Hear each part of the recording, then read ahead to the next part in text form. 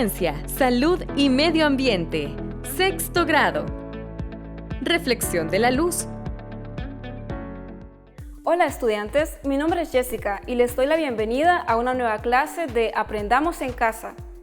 Existen superficies de diferentes objetos que dependiendo del material del cual han sido hechos pueden resultarnos muy curiosas.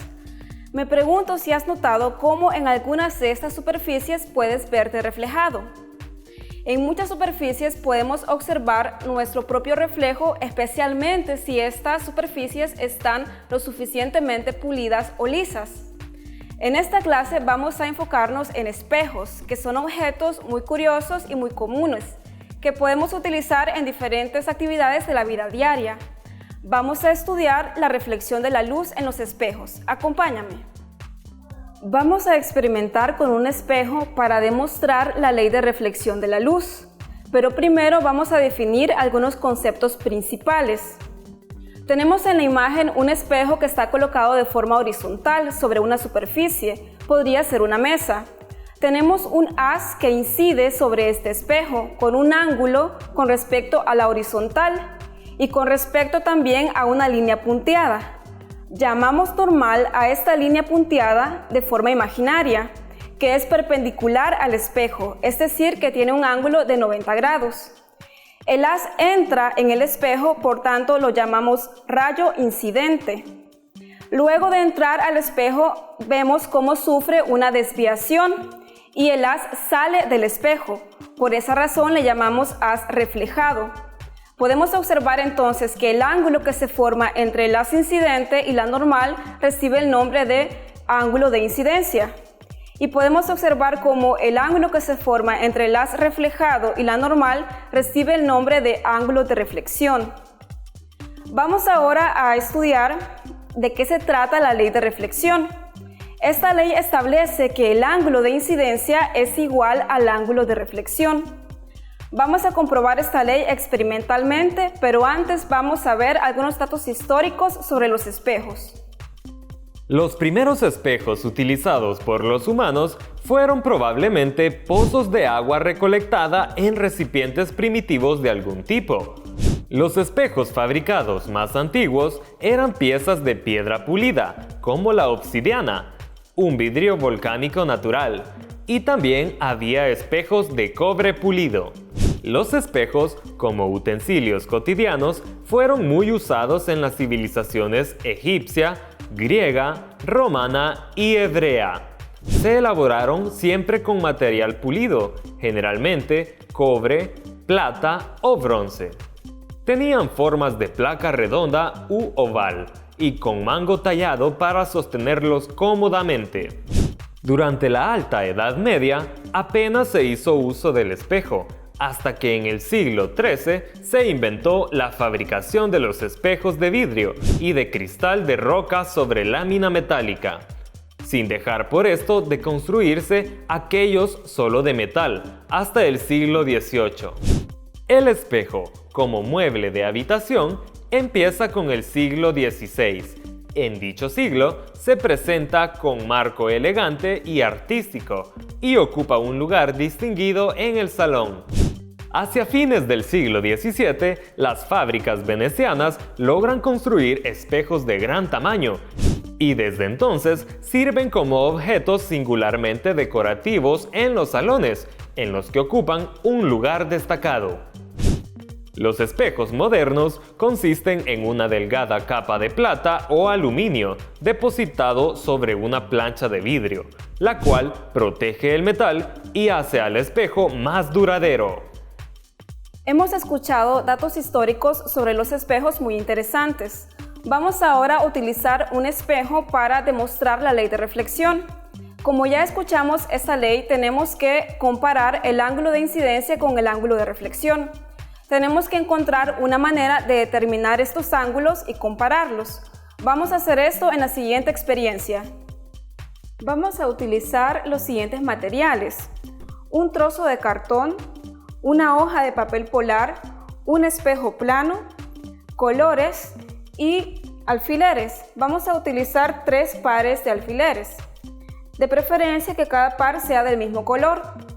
Vamos a colocar el espejo de forma vertical sobre la línea que va desde 0 hasta 180 grados en el papel polar, como puedes observar acá. Vamos a elegir 3 ángulos, cualquiera. En este caso hemos elegido 30, 50 y 70 grados. Hemos remarcado las líneas que van desde este punto hasta el espejo. Entonces podemos ver que estas líneas hacen el papel de rayos incidentes. Vamos a colocar un alfiler en cada una de estas líneas.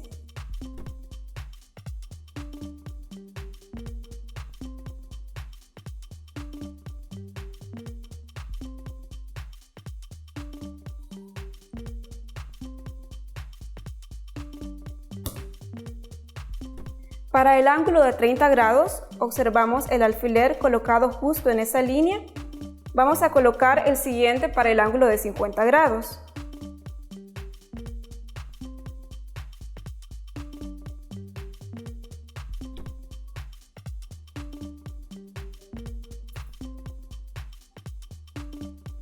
Vamos a colocar el alfiler para el ángulo de 70 grados.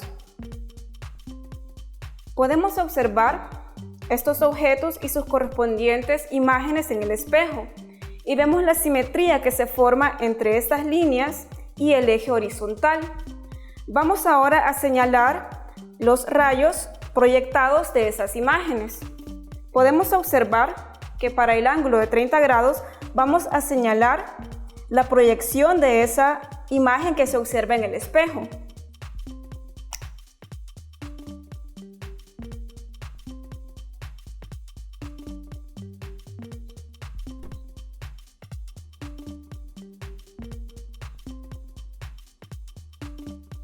Podemos observar cómo esa línea corresponde a 150 grados. Vamos a colocar un alfiler para que podamos observarlo mejor.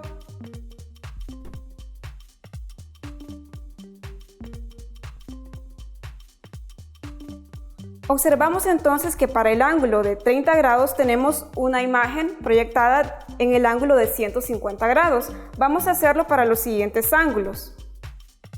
Para el ángulo de 50 grados vemos la línea, vamos a señalar esa proyección.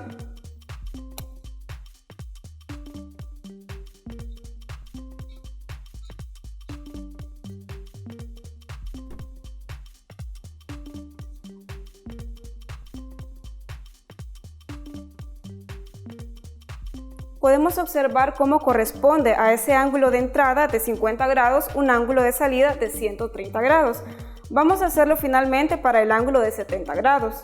Observamos la línea en el espejo, señalamos su proyección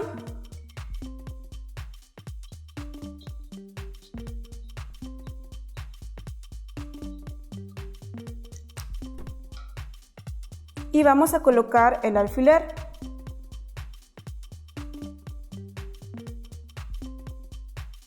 Podemos observar para esta última medida, para el ángulo de 70 grados, tenemos un ángulo de 130 grados. Si observamos, estos ángulos han sido medidos con respecto a la horizontal y les hemos llamado ángulos de entrada y ángulos de salida. Estos ángulos no corresponden a los ángulos de incidencia y de reflexión, porque estos tienen que ser medidos con respecto a la línea normal, es decir, desde 90 grados. Vamos a ver cómo calcular esos ángulos a continuación. Después de la experiencia vamos a analizar los datos. Los ángulos de entrada y los ángulos de salida vamos a colocarlos en una tabla y podemos preguntarnos qué conclusiones podemos obtener. Si observas, la suma de cada par de datos es igual a 180 grados. Por ejemplo, para la primera medida de 30 grados y su correspondiente de 150 grados, la suma es igual a 180 grados. Para la segunda medida de 50 grados, con su correspondiente de 130 grados, si lo sumamos, eso da también 180 grados. Y para la tercera medida de 70 grados, con su correspondiente de 110 grados, al sumarlos, eso da igual a 180 grados. Esto lo que hace es evidenciarnos la simetría que existe. Vamos ahora a calcular los ángulos de incidencia y de reflexión que debían ser medidos con respecto a la normal. Tenemos acá entonces, si observamos la tabla que está en azul, tenemos los ángulos de entrada y los ángulos de salida que acabamos de mencionar. Para encontrar los ángulos de incidencia y los ángulos de reflexión tenemos que restar 90 grados. A los ángulos de entrada tenemos que restar de 90 grados cada uno de estos ángulos, como puedes observar. Para la primera medida, 90 menos 30 grados, eso es igual a 60 grados. Para la segunda medida restamos de 90, 50 grados y obtenemos 40 grados. Y para la tercera medida restamos de 90, 70 grados y obtenemos 20 grados. Hemos calculado aquí los ángulos de incidencia dependiendo de los ángulos de entrada. Vamos ahora a calcular los ángulos de reflexión de los ángulos de salida. Para eso tenemos que restar de cada ángulo de salida los 90 grados. Para la primera medida tenemos 150 menos 90 grados. Obtenemos que eso es igual a 60 grados. 130 grados menos 90 grados, eso es 40 grados. Y la tercera medida, 110 grados menos 90 grados, eso es igual a 20 grados. Podemos observar entonces fácilmente cómo los ángulos de incidencia corresponden a los ángulos de reflexión. Y por tanto hemos comprobado la ley de reflexión. Vamos ahora a ver que aparte de los espejos planos existen espejos esféricos. Vamos a verlo en el siguiente dato curioso. Además de los espejos planos, existen espejos esféricos. Son aquellos que tienen una superficie reflectante de forma completamente curvada, ya sea hacia afuera o hacia adentro. Los espejos cuya curvatura en la parte que refleja la luz es hacia afuera se denominan espejos convexos. Sirven para mejorar la visibilidad en lugares como pasillos de hospitales o calles con el fin de evitar choques entre personas al doblar un pasillo o carros al doblar una esquina. Los espejos convexos pueden encontrarse cerca de los cajeros automáticos. Estos espejos hacen que los objetos parezcan más pequeños de lo que realmente son. Debido a esta compresión, estos espejos reflejan un área de imagen más amplia o campo de visión. Si hablamos de los cóncavos, nos referimos a aquellos cuya zona reflectante incluye una curvatura hacia adentro. Este tipo de espejos suele utilizarse para la creación de telescopios debido a su gran capacidad de ampliación. También son muy habituales en las barberías o los típicos espejos de maquillaje con la finalidad de poder apreciar de forma más detallada algunas zonas específicas.